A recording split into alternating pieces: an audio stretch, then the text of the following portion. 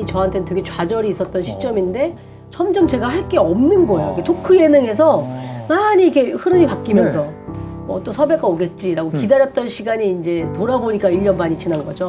나 백수가 됐네? 팟캐스트라는 게 있고 이거 우리가 하면 재밌게 할 수 있을 것 같고 우리가 그만두기 전에는 없어지지 않는 우리가 방송국을 만들자. 우리가 방송 만드는 거야. 순간 그런 세대가 왔어. 스티브 잡스가 다 만들어놨어. 하나님 40살 이후에 제가 이 일을 몇 년까지 할 수 있을지 모르겠어요. 제 일이 40살 이후에는 평생 할 수 있는 일을 하나님이 선물로 주시면 좋겠어요. 계속 기도를 하고 있었어서 지금 그때예요?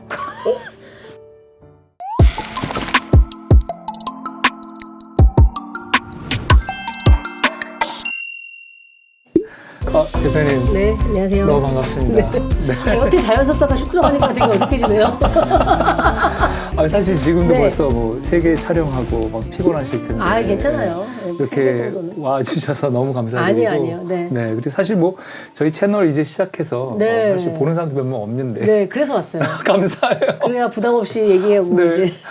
진짜 그런데 이렇게 진짜 어려운 시간 내주셔서 너무너무 감사합니다. 아닙니다. 아유, 고맙습니다. 네. 근데 사실 저희가 이렇게 직접 만나서 이렇게 앉아서 얘기하는 건 처음인데. 처음이에요. 네.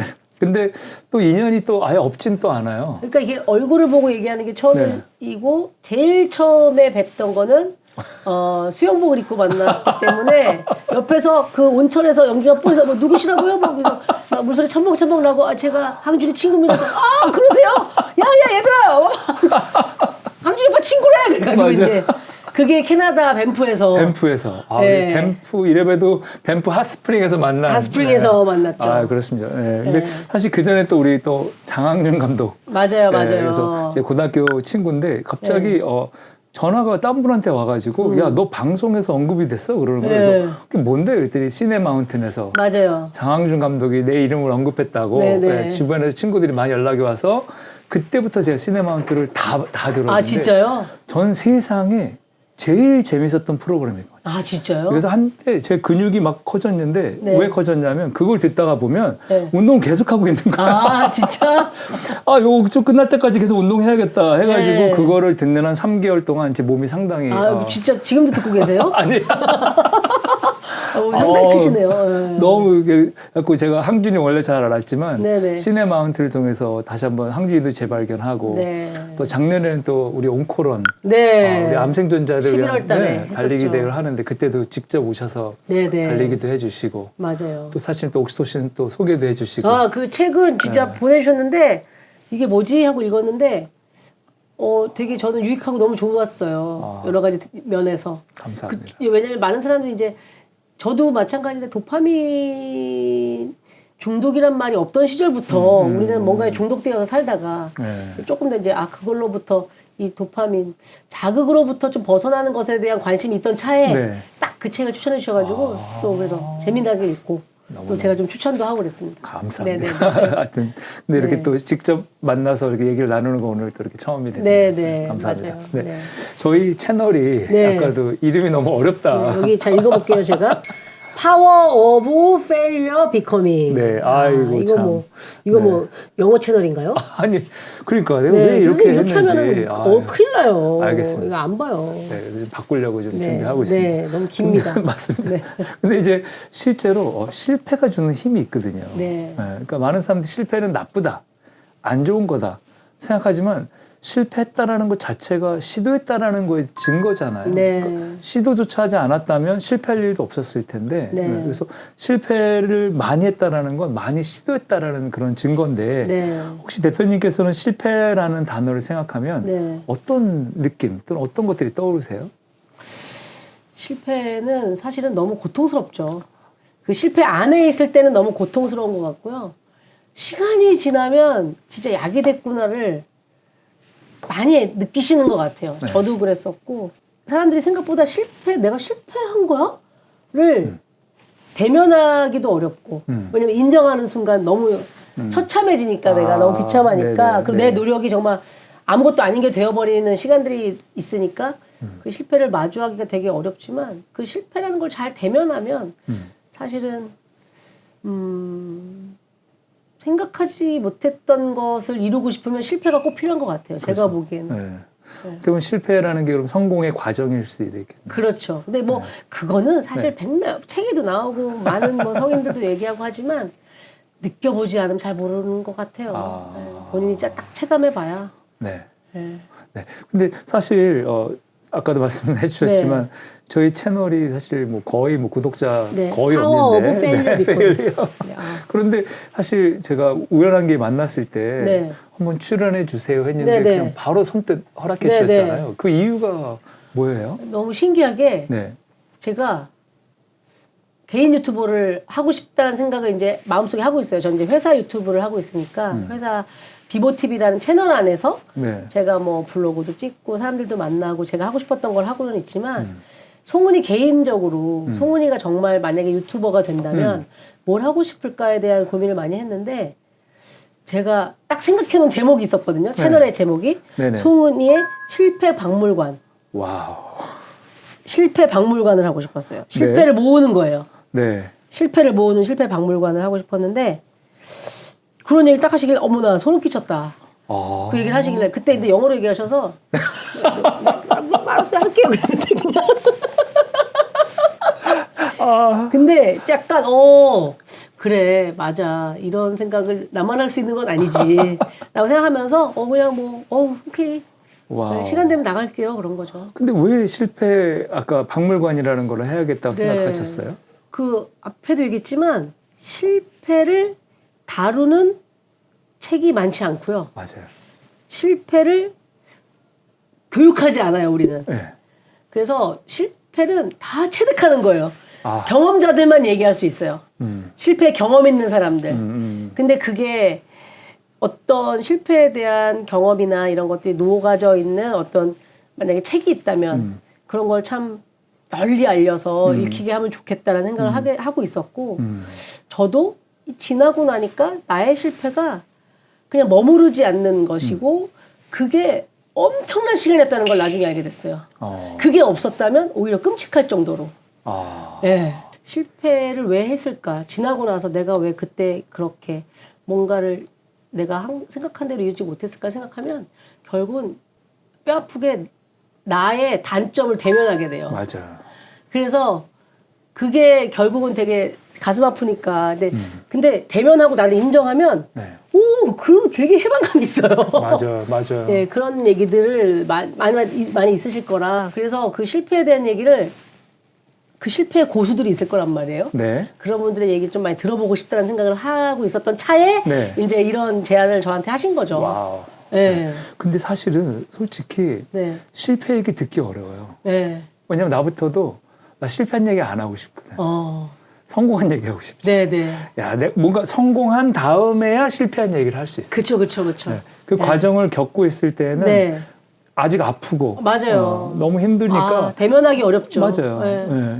그러니까 실제로 많은 유튜브도 그렇고 콘텐츠들을 보면 성공한 얘기를 찾기는 쉬운데 실패한 얘기는 참 찾기 어렵더라고요. 그러면 그 중에서 실패한 얘기 중에 이야기들 중에 혹시 떠오르는 얘기 있으면 몇 개 나눠주세요.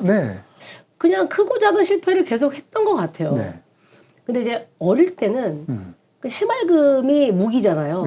해맑고 약간 청춘이 무기고 그 청춘 젊었을 때 느낄 수 있는 여러 가지가 있으니까 실패를 해도 그렇게 타격감, 데미지가 없어요.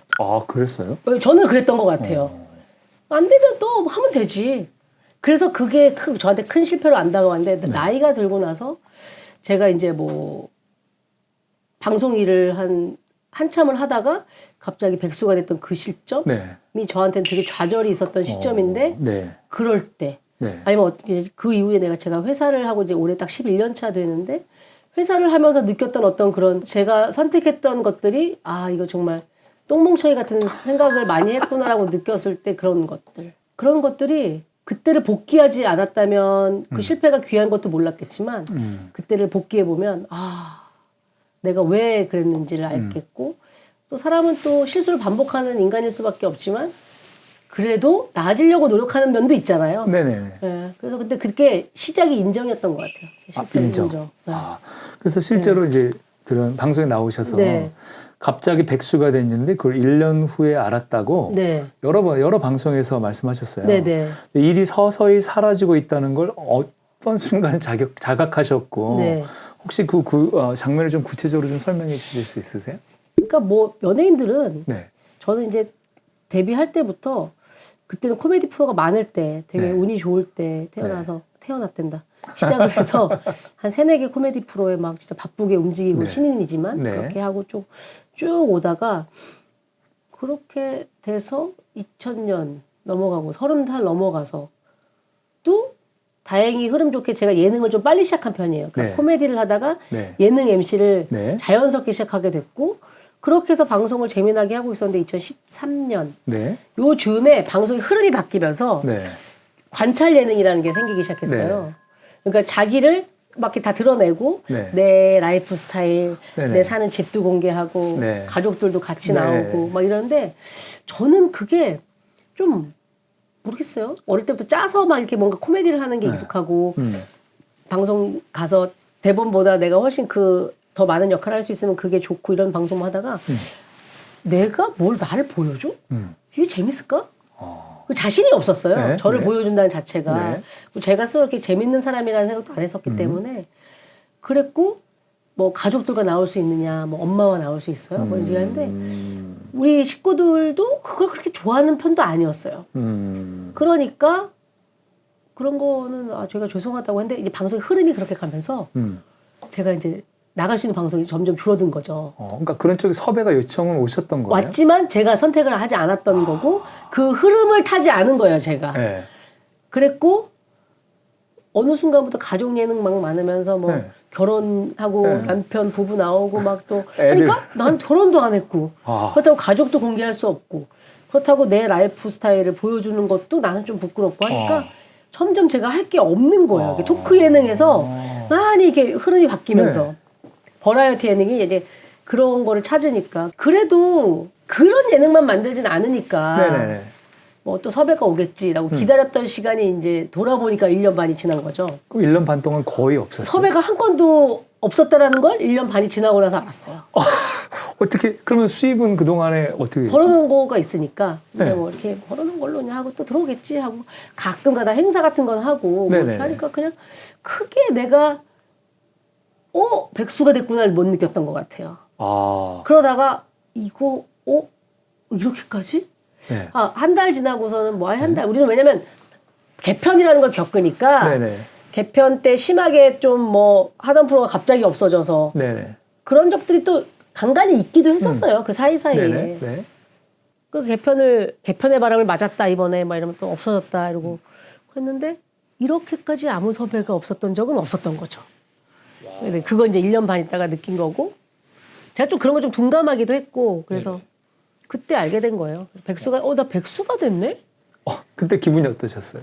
백수라는 단어가 주는 어떤 그런 느낌들과 그림들 있잖아요. 네네. 부정적인 일단 이미지. 어둡고 막막하고 네, 네. 약간 좀 깝깝하고 일단 막막한 게 1번이었던 것 같아요. 네. 백수가 됐는데 내가 뭘 할 수 있지 이제 그러면? 여러 가지로 그런 생각들에 많이 사로잡혀 있었던 것 같아요. 이거 지금 뭐지? 이거 뭐지? 네. 근데 이제 다행인 것은 2003년도부터 제가 교회를 다니고 있어서 네. 계속했던 기도가 뭐였냐면 하나님 40살 이후에 네. 제가 이 일을 몇 년까지 할 수 있을지 모르겠어요. 제 일이. 네. 연예인들은 다 이제 부침이 있으니까 네. 40살 이후에는 평생 할 수 있는 일을 하나님이 선물로 주시면 좋겠어요.를 계속 기도를 하고 있었어서 지금 그때예요? 하나님 지금 이게 전환점이 되는 시기인가요? 라는 기도도 했던 것 같아요. 백수가 되고 나서. 근데 사실 그랬잖아요. 사실 그랬고 그리고 그 사람들이 이제 막 너 빨리 뭐 너 친한 PD 없냐 뭐 주변에서 이제 조언들을 하죠. 작가들도 만나고 네가 해라 뭐 한데 그러니까 방송 흐름이 그렇게 모든 대중이 좋아하는 그런 흐름의 방송들을 많이 만들기 위해서 방송국이 하고 있는데 제가 뭐 PD를 만난다고 한들 그게 갑자기 만들어질 리는 없잖아요. 그렇죠. 소은이가 잘하는 걸 만들어야겠다. 이 정도의 이제 어떤 지명도도 아니었고 그러니까 그거는 이제 안 하고 싶었어요. 그렇게 해서 뭐 방송 사람들 만나고 하는 건 안 하고 싶었고 그래서 어떻게 뭘 할 수 있을까에 대한 고민을 계속 했던 것 같아요. 근데 이제 그래도 뭐 무대에 서서 사람들 만나는 거, 공연하는 거 이런 거 좋아했으니까 공연 기획도 계속 혼자 해보고 막 이런 시간들을 보냈죠. 백수가 돼서. 공연이 있진 않았지만 공연 기획을 네, 뭔가 해보자. 그래서 근데 이건 참 이제 성격인데 어릴 때부터 제가 서울예대를 나왔거든요. 네네. 근데 이제 동국대학교 연극영화 시험을 보고 떨어졌어요. 서울대가 아니라 서울예전. 네. 너무 큰 차이가 나죠. 서울대와 서울예전은.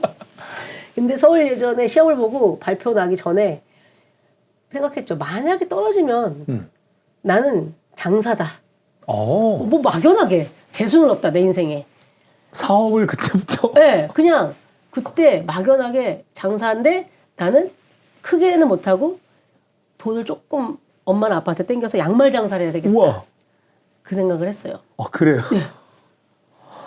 그리고 그 생각을 했던 것 같아요. 그러니까 양말 장사를 본격적으로 하지 말고 일단 동대문에 제일 큰 양말 가게 가서 아르바이트를 해서 양말을 배워야 되겠다. 그럼 구체적인 계획까지? 네네네네. T세요? 네. ESTJ인데 우와. 그렇게 생각을 하고 있었는데 다행히 합격을 해서 이제 그렇게 된 건데 이때도 똑같은 생각을 한 것 같아요. 양말 장사다. 나는 나는 드디어 내가 양말 장사를 하게 되는구나. 40대 후에 평생 할 수 있는. 양말 장사인가? 처음 들었어. 네, 저도 처음 하는 얘기인데. 그래요? 저는 근데 지금도 만약에 똑같이 뭔가 이제 회사를 하다가 지금도 이제 매일 하나님한테 하나님 제가 내일이라도 이 일을 그만해야 되면 알려주세요. 와. 천둥 벼락 치듯이 알려주세요. 너 그만해라 이렇게. 그럼 제가 그만해야 되니까 그렇게 기도하는데 그리고 그만하면 양말 장사가 양말 장사 하고 싶거든요. 정말요? 네, 양말 좋아해서 양말 장사 하고 싶고 그런 생각을 했던 것 같아요. 그 시기에. 그러다가 네. 뭐 선교도 갔다 오게 되고 뭐 이러면서 그 네, 그 백수가 되고 나서 IT에 네. 그때가 그때 김원희 씨가 네. 원희가 친구인데 네. 연예인 연합예배라고 한 달에 한 번씩 모여서 연예인들끼리 예배하는 시간이 있어요. 근데 거기에서 원희가 선교팀장인데 네. IT에 있는 아이들, 심장이 안 좋은 아이들. 그러니까 원희가 어떤 계기로 IT를 갔다가 그 아이들을 보고 너무 마음이 아파서 돌아와서 우리 이거 같이 해주자. 그래서 심장병 아이들을 의료봉사를 가서 아이들 진료를 하고 15명에서 20명 정도를 한국으로 초청을 해서 수술을 시켜서 돌려보내는 그런 프로젝트를 몇 년을 했어요, 원희가.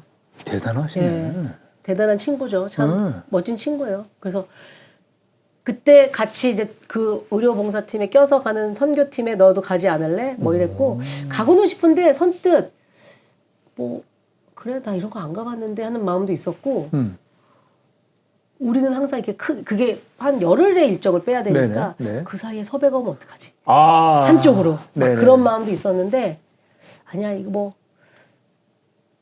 그때 들어오는 섭외는 뭐 라면 어쩔 수 없지 뭐라는 마음으로 이제 가게 됐고 가서 너무 좋았어요. 선교지에 가서. 그러니까 그 사이에 사실은 많은 일들이 있었고. 네, 다 뭐 방송에서 나와서 얘기 못하는 네. 그런 어떤 신앙적인 경험들이 있죠. 네. 그리고 고민이 많이 있었고 네. 방송에 나와서는 뭐 그냥 간단한 것만 일부만 얘기하는 거지만 진짜 치열하게 많은 고민을 했던 것 같아요. 네. 그때 그 미래에 대한 생각과 그리고 평생 할 수 있는 직업에 대한 고민과 기도를 계속 하고 있었기 때문에 그 답이 뭔지를 계속 고민하고 있었던 터에 감을 잃지 않는 게 중요하겠다 어쩌면. 그러니까요. 그래서 이제 팟캐스트를 시작하게 된 거죠. 네, 그게 이제 제 다음 질문인데. 그래요? 네. 네. 그 섭외가 와도 예전만 못하다라는 말을 들으면 스스로 너무 불쌍할 것 같다. 네, 그런 말을 하셨어요. 근데 저는 내가 나를 불쌍히 여기는 사실, 이 사실이 송은이 선생님을 다시 일어나게 한 힘이라고 보거든요. 그러니까 왜냐하면 섭외하면 너무 불쌍할 것 같아. 라는 거를 깨달으신 거죠. 그러니까 섭외가 안 오는 거는 어쩔 수 없는 흐름이야. 인정. 감이 근데 없어져. 다시 섭외가 왔어. 그리고 이제 몇 달이 지나서 다시 몇 달이 뭐예요? 1년 반 동안 백수였으니까 다시 섭외가 오면 그게 2년이 될 수도 있고 3년이 될 수도 있다는 생각을 하면서 다시 카메라 앞에 섰는데 내가 헤매면 이 현장감이라는 게 있잖아요. 그렇죠. 방송은 그러니까 내가 헤매고 막 어리버리하면 야 어쩌면 일이 없는 것보다 더 최악일 것 같은 생각을 한 거죠. 그때는 이제 못 돌아온다. 그래서 감을 잃지 말자라고 생각한 게 팟캐스트인 거죠. 뭐라도 하자 그냥 만나서. 근데 이제 그거를 깨달으신 거잖아. 그 순간. 근데 그게 새로운 일을 시작하게 된 어떤 원동력이 되셨던 거잖아. 그게 저를 좀 객관적으로 보는. 그러니까. 네.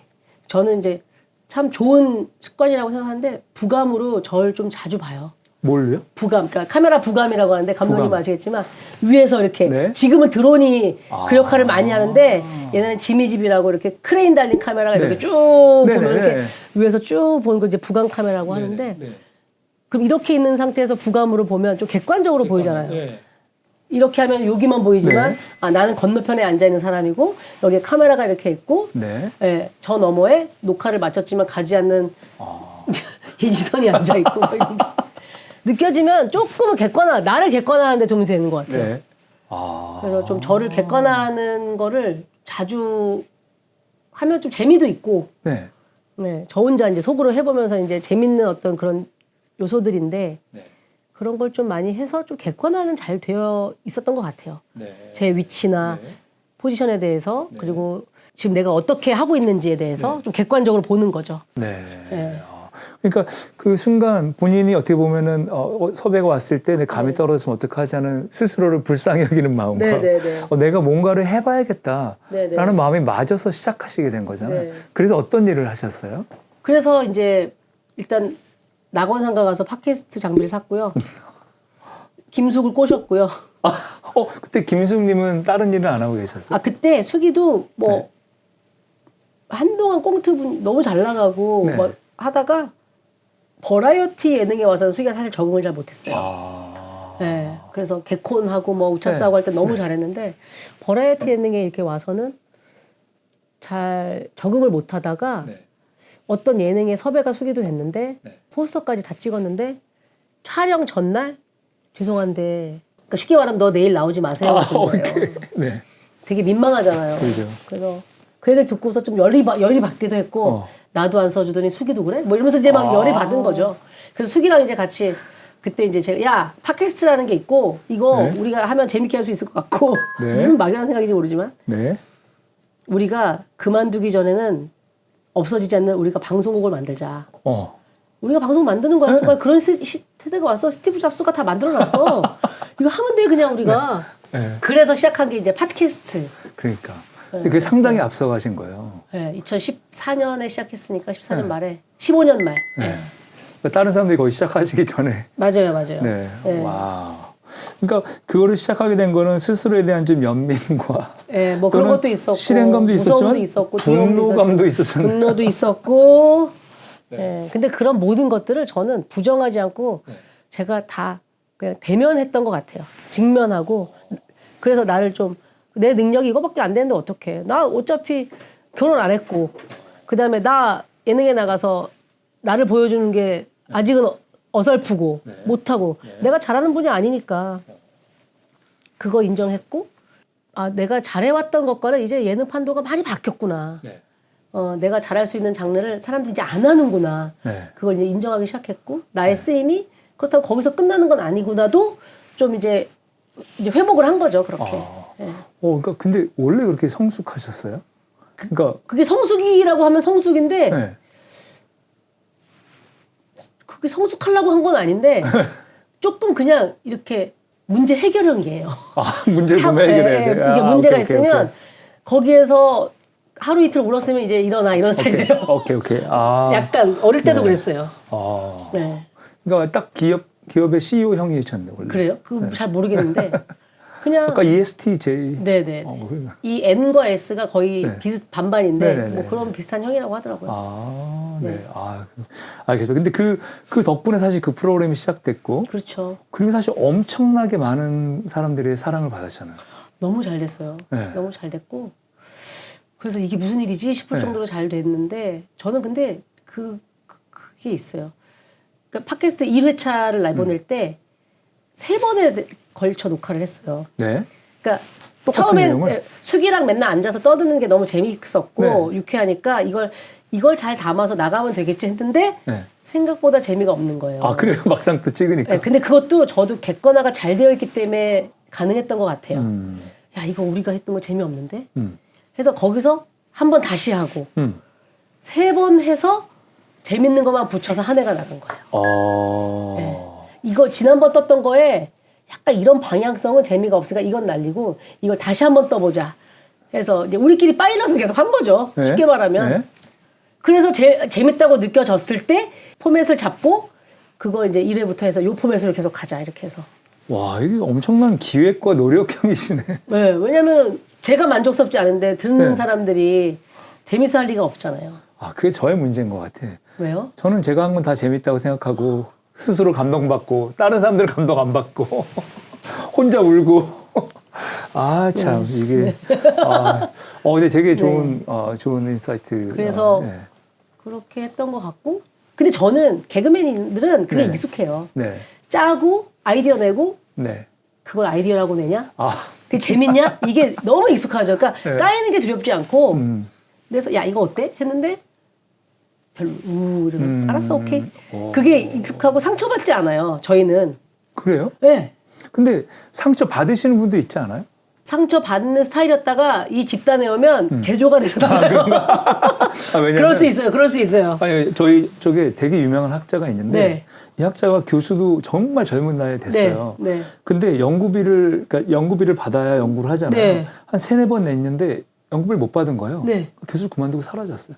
아. 그 실패를 자기가 이걸 극복할 수가 없는 거예요. 아. 자기가 이 실패를 한 번도 이런 실패를 많이 그러니까 해본 적이 별로 없으니까 네네네. 그냥 실패가 왔을 때 네. 너무 두려워. 네. 그러니까 나 그냥 이제 안 할래. 나 시도 안 할래. 네.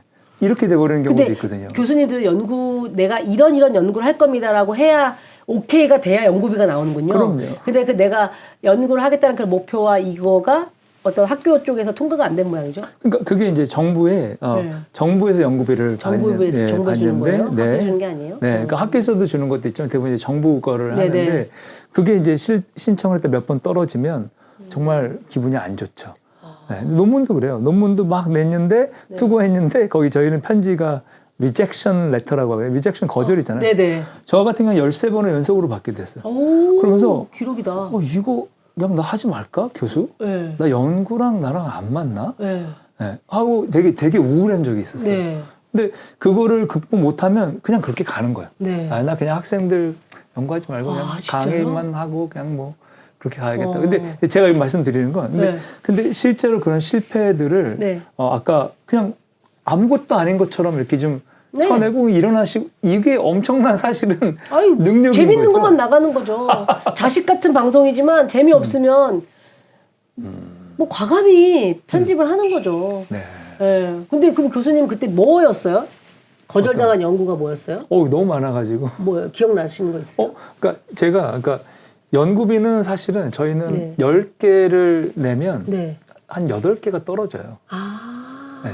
그래서 저는 3년 동안 네. 제가 한 9개 정도를 냈는데 네. 한 번도 안 낸 적이 있었어요. 아. 그리고 그 해에 왜 3년 동안 9개밖에 안 내셨어요? 저희가 1년에 한 번씩 한 달에 한 번, 1년에 한 번이에요? 네, 이게 12월 달에 한 번 내는 게 있고 아. 또 5월 달에 내는 게 있고 막 그랬어요. 상반기에 그래서 한 번, 하반기에 한 네, 번이군요. 근데 그래서 그거를 막 진짜 막 팀을 막 10몇 명의 교수를 모아가지고 했는데 진짜 될 것 같았는데 혼자만 하는 것도 아니에요? 네, 가서 막 발표도 후배 교수들만 이렇게 다 불러서? 후배 선배 다 불러서 발표도 하고 평가도 나쁘지 않았는데 떨어진 거예요. 네. 그러니까 그래서 한 3년을 떨어지고 네. 그 해 또 제가 열심히 논문도 썼거든요. 네. 근데 논문이 그 해도 또 막 다 떨어진 거예요. 그래서 그 해 연말에 네. 제가 그냥 나 올해는 진짜 망했다. 네. 네. 그래서 진짜 실패한 한 해다라고 네. 생각을 했어요. 네. 그러면 그런데 그 3년 동안 연구비도 안 나고 뭘로 먹고 살아요? 그러니까요. 그래서 제 연구비는 없고 네. 제가 다른 사람이랑 같이 해서 통과된 연구에 이름 거기에 팀원으로 들어가서 우리 학생 넣어서 연구비 구걸해서 우리 학생 인건비 주고 근데 감사한 건 우리 학생하고 그때 얘기하면서 야 근데 우리 모든 학생들이 다 인건비를 받고 있네 내 연구비는 없는데 네. 그래서 감사하다 그런 생각을 했는데 그 해 제가 겨울에 그러니까 12월에 제 이제 연말이 되면 내 한 해를 정리하는 내가 이렇게 일기같이 이렇게 쓰는데 다 안 되고 그때는 제가 학교도 그 한 학기를 연구 학기로 빼가지고 캐나다에 가서 제가 우리 애들 밥 해주러 갔었거든요. 우리 고3여가지고 고2 때 열심히 밥 해주면서 학교에서 허락해 줘가지고 그러니까 연구만 하는데 다 안 된 거예요. 그래서 진짜 너무 우울해가지고 딱 있는데 그런 생각이 들더라고. 만약에 내 인생의 그 해의 목표가 성공이었다면 네. 난 진짜 실패한 한 해다. 성공한 게 없으니까. 네. 근데 성장이었다면 네. 나 진짜 많이 성장했어. 떨어지면서 아까 객관화시키고 네네. 처음에는 그래서 떨어지면 처음엔 분노했어요. 네. 이 사람들이 내 연구를 못 알아보고 네. 아니 뭐 비리 있는 거 아니야? 막 이런 생각을 하다가 좀 지나면 맞아요. 저도 1단계 때는 분노했어요. 내가 이렇게 열심히 방송국에 다니면서 네. 잠 못 자고 헌신을 했는데 날 뭐 안 써? 뭐 이런 생각을 했죠. 저도 똑같아요. 맞아요. 그러다가 이제 객관화를 시키면서 네. 아 근데 내가 그러면 발전이 없잖아요. 네. 그래서 근데 그때 생각했던 게 내가 만약에 성장이 목적이었다면 와, 나 진짜 많이 네네네. 성장했는데 연구비 쓰면서 교수들 20몇 명 모아가지고 연구비 네. 내고 떨어졌지만 또 논문 낸다고 또 캐나다의 네. 학자들하고 막 해가지고 막 하는데 떨어졌지만 네네네. 그래도 내가 뭔가 성장이 있었고 논문도 또 잘 쓰게 되고 네네네. 그러니까 내가 만약에 그의 목표가 성장이었다면 네. 나 진짜 오늘 최고의 한 해였다 라고 생각하면서 생각을 바꾸니까 맞다. 그 14번째가 통과되셨어요, 그러면? 요건 두 개는 조금 다른 얘기지만 14번째, 15번째 많이 잘 됐어요. 네. 그때 캐나다에, 미국에 교환 교수할 때 다 떨어지고. 네. 근데 그래서 이런 일련의 사건들을 보면서 네. 그래서 성공이냐 성장이냐가 되게 중요한 차이다라고 생각을 했는데 네. 지금 우리 송미 네, 대표님을 보니까 그런 것들이 다 성장의 계기로 만드신 것 같아요. 그게 저는 그냥 그랬던 것 같아요. 그래도 우리는 계속 살아내야 하니까 뭔가를 계속 해야 되고. 근데 그렇게 했는데 또 자기 기준이 높은 편이라 그 웃음에 대한 것만큼은 양보할 수가 없고. 그러니까 이제 3번씩 녹음을 하고 다시 재미있는 것만 나가고 그때 편집을 배우고 뭐 이런 과정들을 쭉 간 거죠. 왜냐면 편집을 배워야 되겠더라고요. 그래야 편집점을 알아야 편집의 메커니즘을 알아야 어디에서 편집을 하고 편집이라는 것 전체는 우리가 갖고 있는 재료를 다시 재구성해서 뭔가 새로운 걸 만드는 일이니까 그렇게 하려면 편집을 배워야 되니까 또 편집도 가서 또 파이널 컷 배우고 뭐 이렇게 해서 얻어진 게 훨씬 많죠. 네. 안 그랬으면 또 계속 배울 생각도 못 했을 거고 딱 적당한 시기에 적당한 어떤 인생의 하향 그래프가 온 것 같아요. 왔을 것 같은데 그때가 실제로 딱 적당했던 것 같아요. 네. 늦게 왔으면 나이 들어서 너무 힘들었을 것 같고 네. 딱 뭔가가 그 40대 초반에 네. 네.